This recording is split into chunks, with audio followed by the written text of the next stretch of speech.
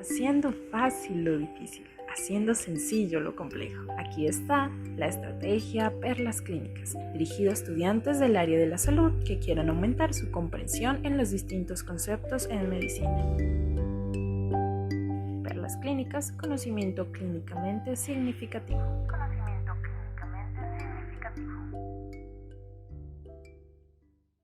Un saludo especial para todas las personas que se conectan en este momento. Les doy la bienvenida a un nuevo capítulo del video podcast de Perlas Clínicas, una estrategia de la Facultad de Medicina de la Universidad de Antioquia para estudiantes de medicina y médicos que quieran aprender más sobre cómo abordar diferentes patologías. Mi nombre es Karen Cibaja, estudiante de 11º semestre y estudiante de la Facultad de Medicina. Y hoy me encuentro con el doctor Edison Muñoz, médico internista, especialista en cardiología y profesor de nuestra facultad. ¿Cómo estás, profe? Muchas gracias por la invitación, muy contento de estar acá. Profe, comencemos con las preguntas. En el pregrado desde el principio nos enseñan que en mortalidad materna debemos estar pendiente de el sangrado, los trastornos hipertensivos en el embarazo y la sepsis.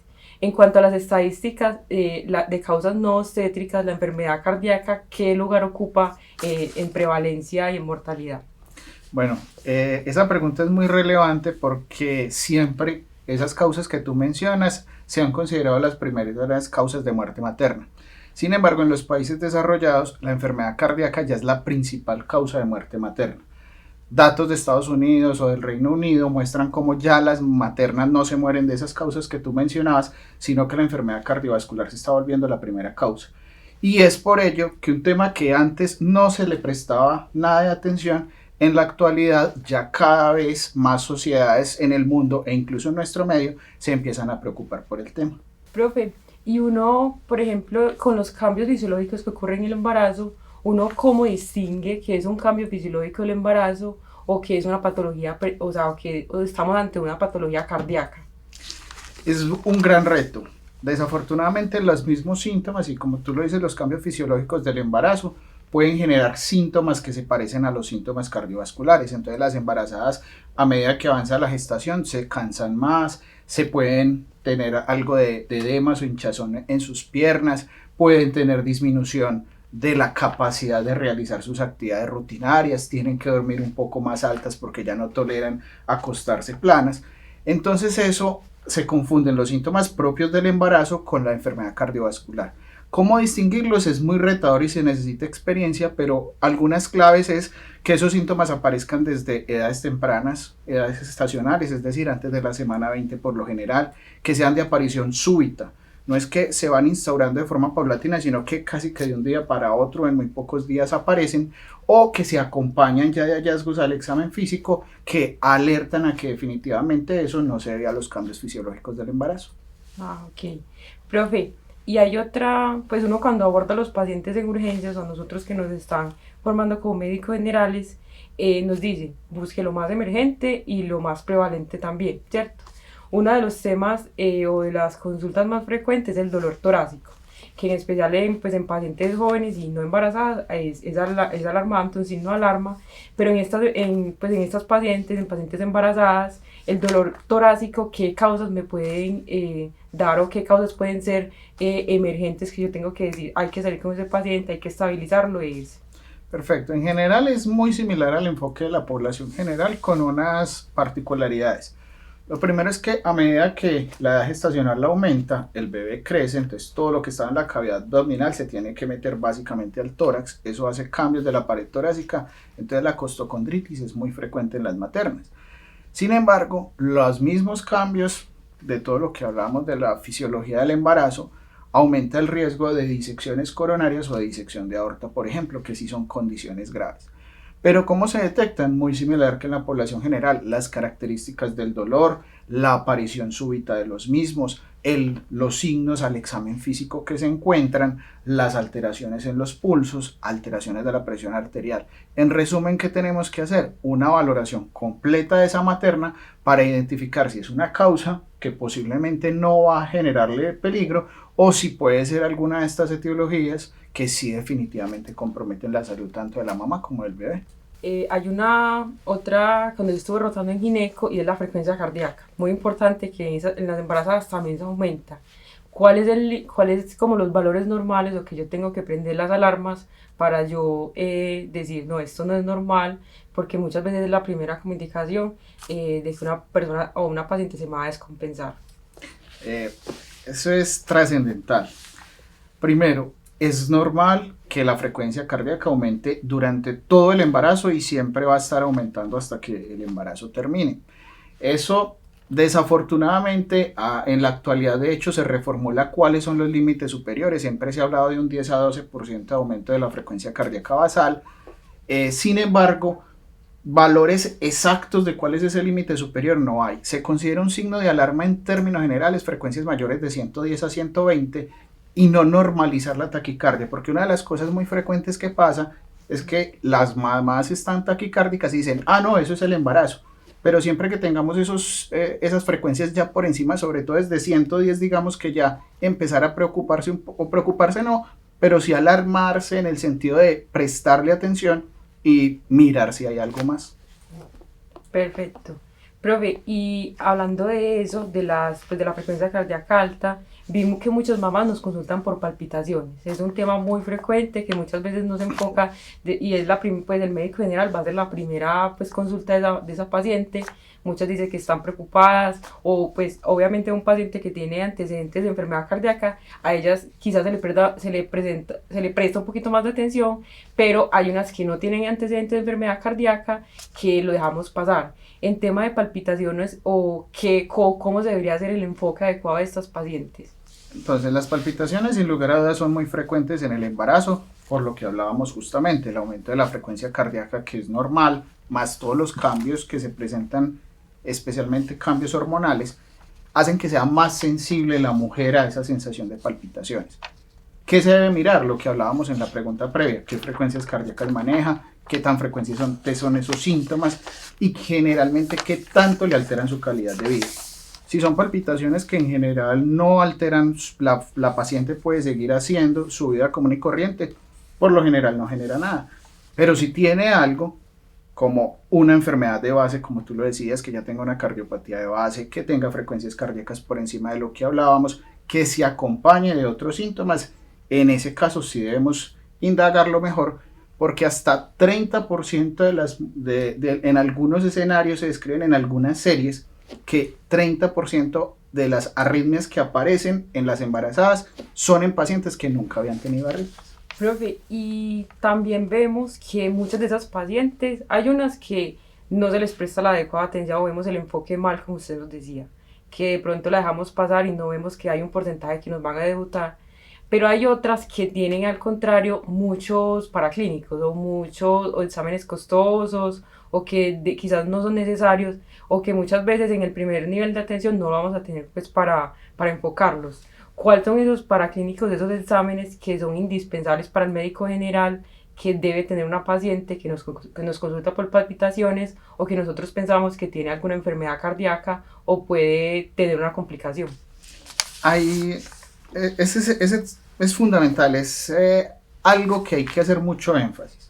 ¿Por qué? Como tú lo dices muy bien, una mujer embarazada genera mucha alarma y sobre todo cuando tiene una patología cardíaca, que es algo que en la población general y en nuestros colegas rara vez se ha manejado muchas veces durante el pregrado, porque como hablábamos ahorita, esto es un tema que no se trataba, que apenas ahorita que se vuelve una causa importante de muerte se le está prestando atención. Entonces lo que pasa generalmente es que empezamos a mandarle todos los exámenes habidos y por haber a la paciente, lo que nos genera aumento de costos al sistema y muchas veces conductas erróneas con la paciente que en vez de mejorarle le aumentan sus riesgos. Toda paciente, como en cualquier paciente cardiovascular, necesita un electrocardiograma, necesita una adecuada historia clínica y un examen físico y con eso la gran mayoría de las veces va a ser suficiente. Ya dependiendo de esa evaluación clínica, de la experiencia y por eso es que sí la recomendación es que estas pacientes se remitan a grupos de experiencia. Las guías indican que se deben valorar por un grupo cardiobstétrico que es un grupo multidisciplinario donde ya se mirará si va a necesitar ayudas diagnósticas ya más costosas o más especializadas.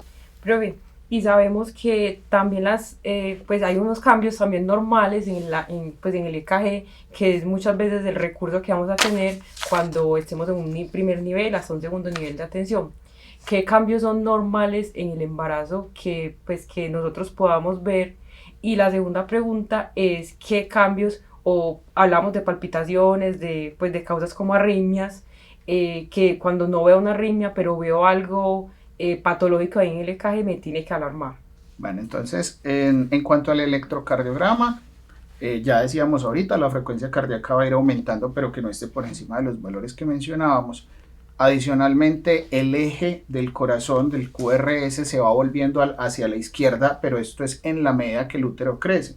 Entonces, no es normal un eje a la izquierda en un primer trimestre, pero sí cuando ya estamos en un tercer trimestre, porque la configuración del corazón va cambiando.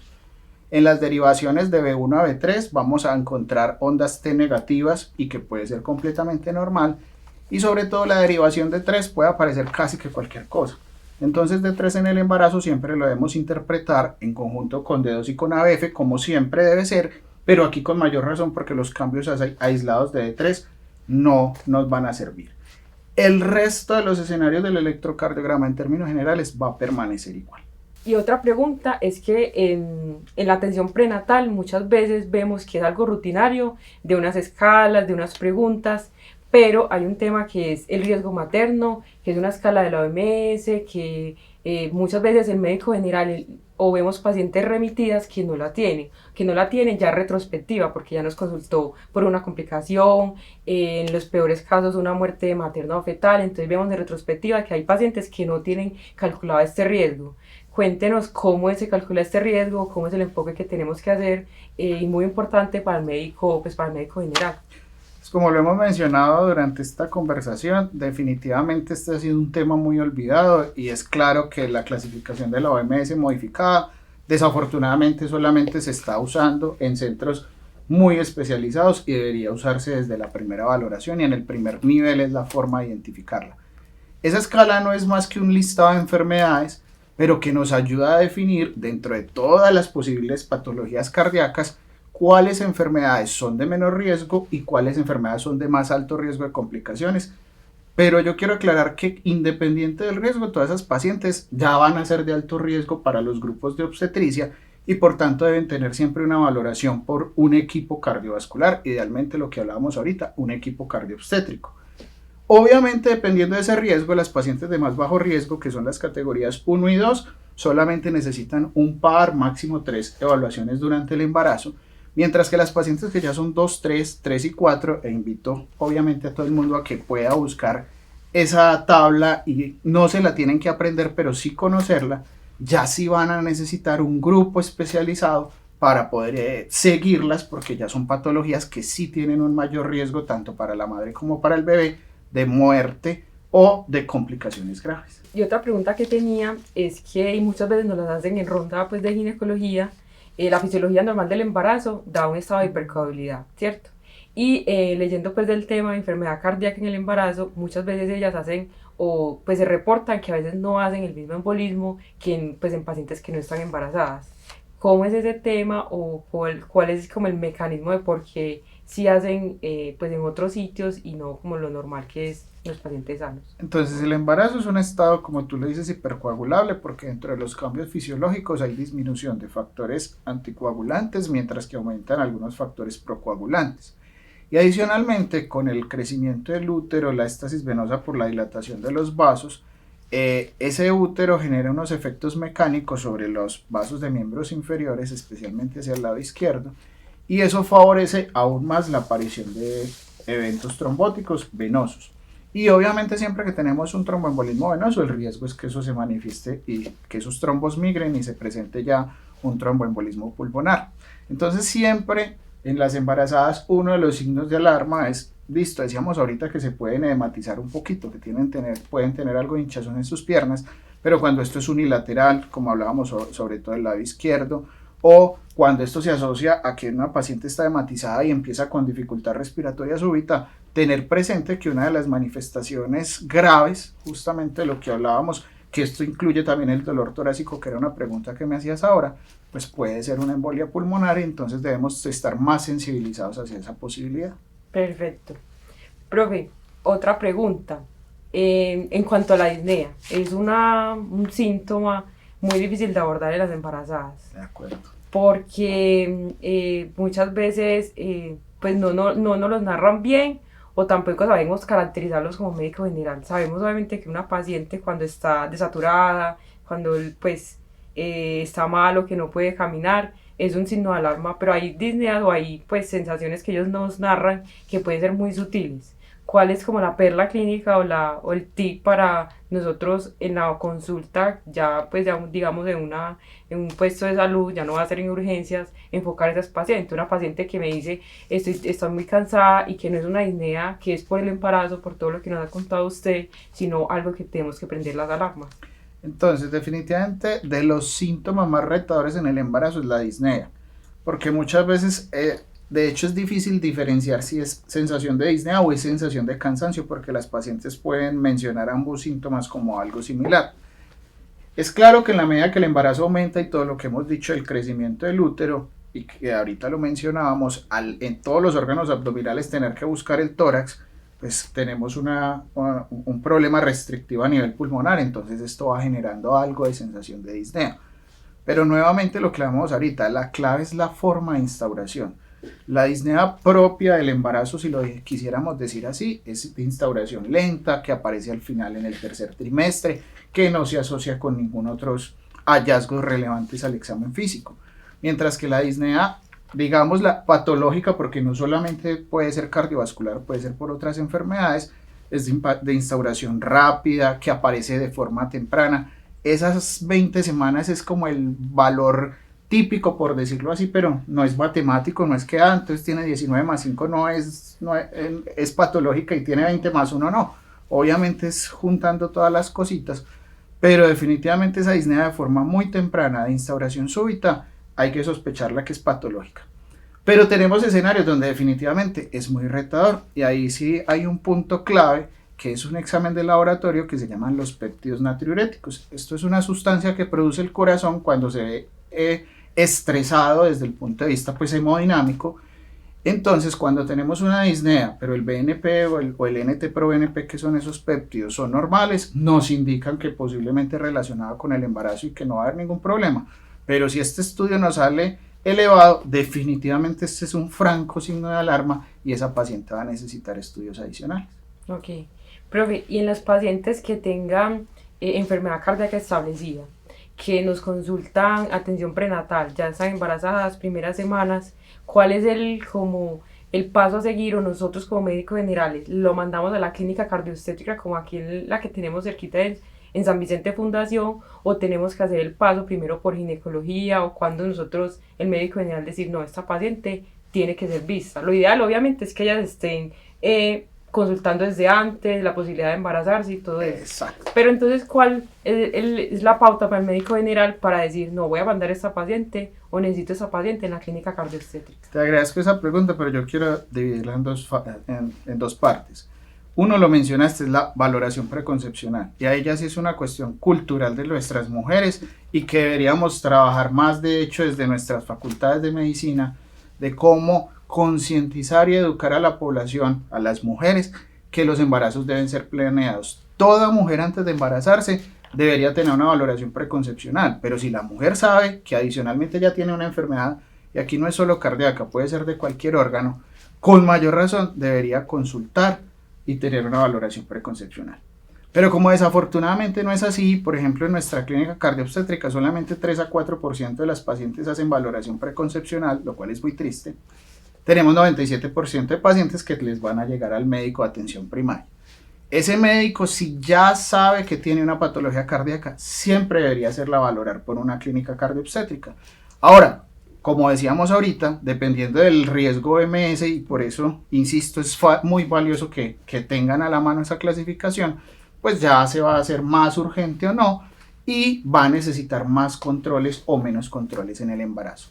Y un tipcito ahí, se considera de que es un buen componente o algo que nos habla de calidad en salud, que una mujer que tiene algún tipo de cardiopatía sea valorada por un equipo cardiobstétrico antes de la semana 20, pues si es después de esas semanas, hay evidencia de que empeoran los desenlaces.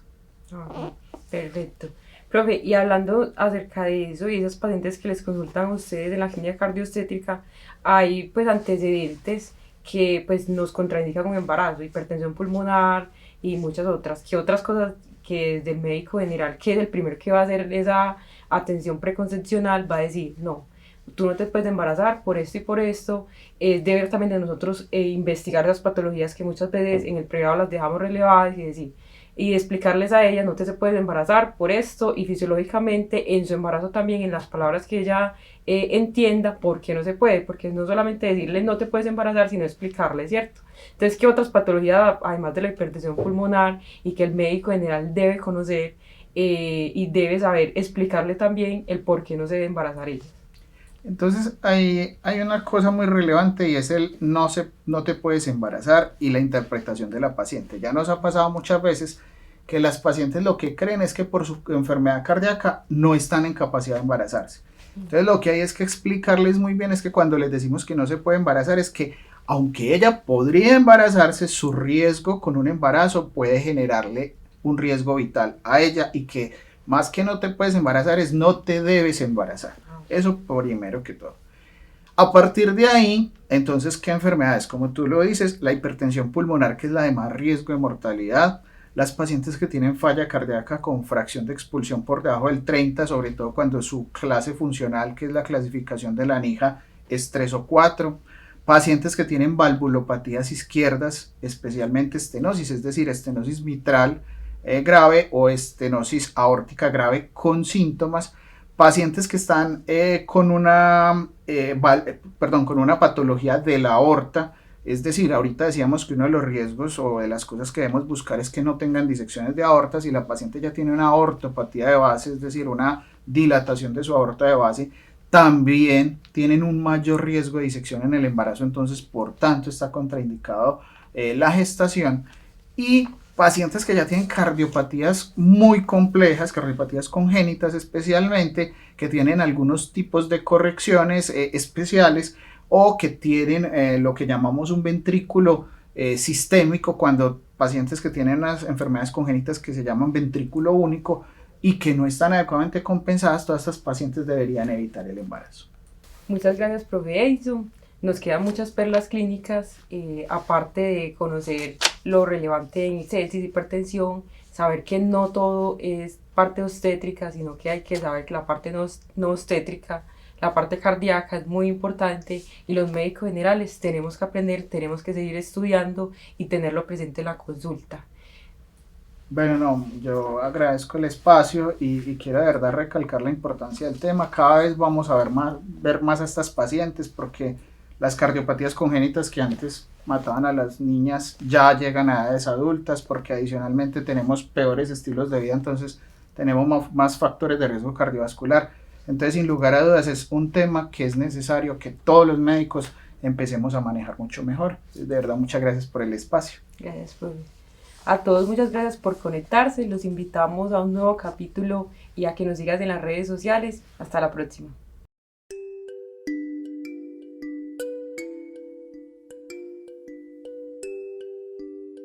Haciendo fácil lo difícil, haciendo sencillo lo complejo. Aquí está la estrategia Perlas Clínicas, dirigido a estudiantes del área de la salud que quieran aumentar su comprensión en los distintos conceptos en medicina.